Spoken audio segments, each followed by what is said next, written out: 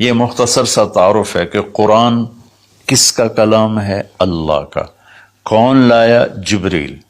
کن کے پاس لایا؟ ہمارے نبی پاک صلی اللہ علیہ وسلم۔ کس لیے لایا؟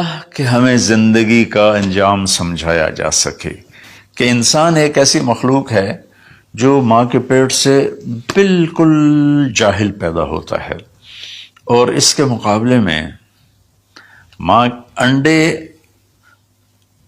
سے نکلنے والا ہو یا ماں کے پیٹ سے نکلنے والا جانور اور کیڑے مکوڑے، یہ چونٹی کتنی چھوٹی ہوتی ہے اور انڈا کتنا چھوٹا ہوگا، تو اس سے نکل کر وہ اندھیرے میں ہوتی ہے اور اس سے زندگی گزارنے کا پورا طریقہ معلوم ہوتا ہے کہ میرے لیے ٹھیک کیا ہے، غلط کیا ہے، صحیح کیا ہے، غلط کیا ہے۔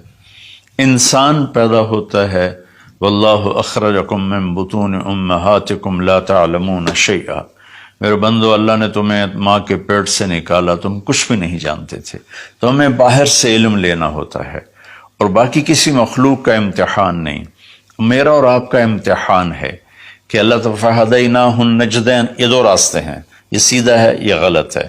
قرآن سیدھا راستہ بتاتا ہے، ان ھذا القرآن یہدی للتی ہی اقوم، قرآن تمہیں سیدھا راستہ بتاتا ہے۔ اور شیطان کیا کرتا ہے؟ وہ ہمیں غلط راستہ بتاتا ہے، وہ ہمیں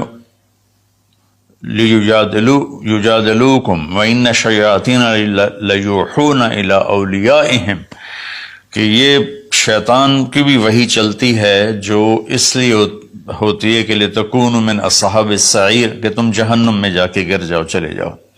تو اس لیے اس قرآن کا سیکھنا، چلو ہم عربی تو نہیں سیکھ سکتے ہیں، عمر کا ایک ایسا حصہ، لیکن اس کا ترجمہ پڑھ سکتے ہیں۔ ہر مکتب فکر کے علماء نے ترجمہ کیا ہوا ہے، تو وہ ترجمہ تھوڑا تھوڑا پڑھیں تو انشاءاللہ ہمیں پتہ چلے گا کہ اللہ ہم سے کیا کہتے ہیں۔ پھر اس قرآن کا مقصود کیا ہے؟ وہ ہدایت ہے۔ الف لام میم ذالک الکتاب لا ریب فیہ ھدی للمتقین، یہ کتاب کی پہلے اللہ نے ضمانت دی کہ یہ ہر شک و شبہ سے بالا تر کتاب ہے، دنیا میں کوئی یہ دعویٰ نہیں کر سکتا، نہ بولنے والا نہ لکھنے والا۔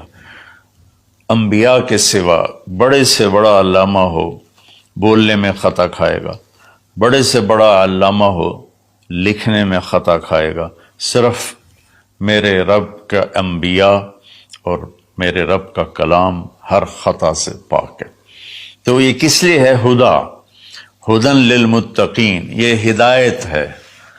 ہدا جو کہ عربی زبان ان کی تھی، تو اللہ تعالیٰ نے انہی کی، سبحان اللہ، انہی کے استعمال کے مطابق جب قرآن کو اتارا تو وہ ہل کے رہ گئے۔ ہدا ویسے تو کہ سیدھا راستہ، لیکن ہدا اس چٹان کو کہتے ہیں جو سمندر میں ابھری ہوئی ہو، پانی سے باہر نکلی ہوئی۔ سمندر کے اندر بے شمار پہاڑ ہیں جو ہمارے زمینی پہاڑوں سے زیادہ ہیں، تو کہیں کہیں وہ اوپر نکل آتے ہیں، اور ان پر جب سورج کی چمک پڑتی ہے تو وہ چوٹیاں روشن ہو جاتی ہیں۔ اس روشن چوٹی کو عرب جب سفر کرتے تھے یا دوسرے بھی جب بحری سفر کرتے تھے تو ان کو نشانی بناتے تھے کہ یہ پہاڑ کی چوٹی فلاں جگہ کا پتہ بتاتی ہے، یا سمجھیے جدہ کا پتہ بتاتی ہے، یہ یمبو کا پتہ بتاتی ہے، یہ خلیج عقبہ کا پتہ بتاتی ہے۔ ایک مثال دے رہا ہوں۔ تو ہدا اس پہاڑ کی چوٹی کو کہتے ہیں جس کو دیکھ کر بحری جہاز اپنی سمت اور راستے کو صحیح کرتے تھے اور منزل تک پہنچتے تھے۔ تو اللہ نے اس کتاب کو ہدا فرمایا ہے کہ انسانی سمندر میں، انسانی زندگی کی کشتی کے لیے، میں پھر دہراتا ہوں، انسانیت کے سمندر میں انسانی زندگی کی کشتی کے لیے یہ جو قرآن ہے، یہ وہ چوٹی ہے پہاڑ کی جس سے تم راستہ پاتے ہو، اور جس سے تم اپنی منزل تک پہنچتے ہو.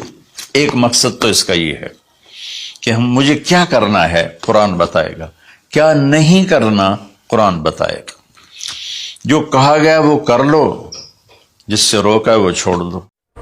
انسان ناشکرا ہے، آنکھیں ہونے کے باوجود نہیں دیکھتا، سنتا ہے پر کان نہیں دھرتا. ہماری ایک سانس بند ہو جائے تو قصہ تمام سمجھو. اس کے باوجود بھی حقیقت کو نہیں مانتا، اللہ کو یاد نہیں کرتا، خود کو طاقتور سمجھتا ہے. اللہ ہمیں اپنا شکر ادا کرنے والا بنائے. آمین.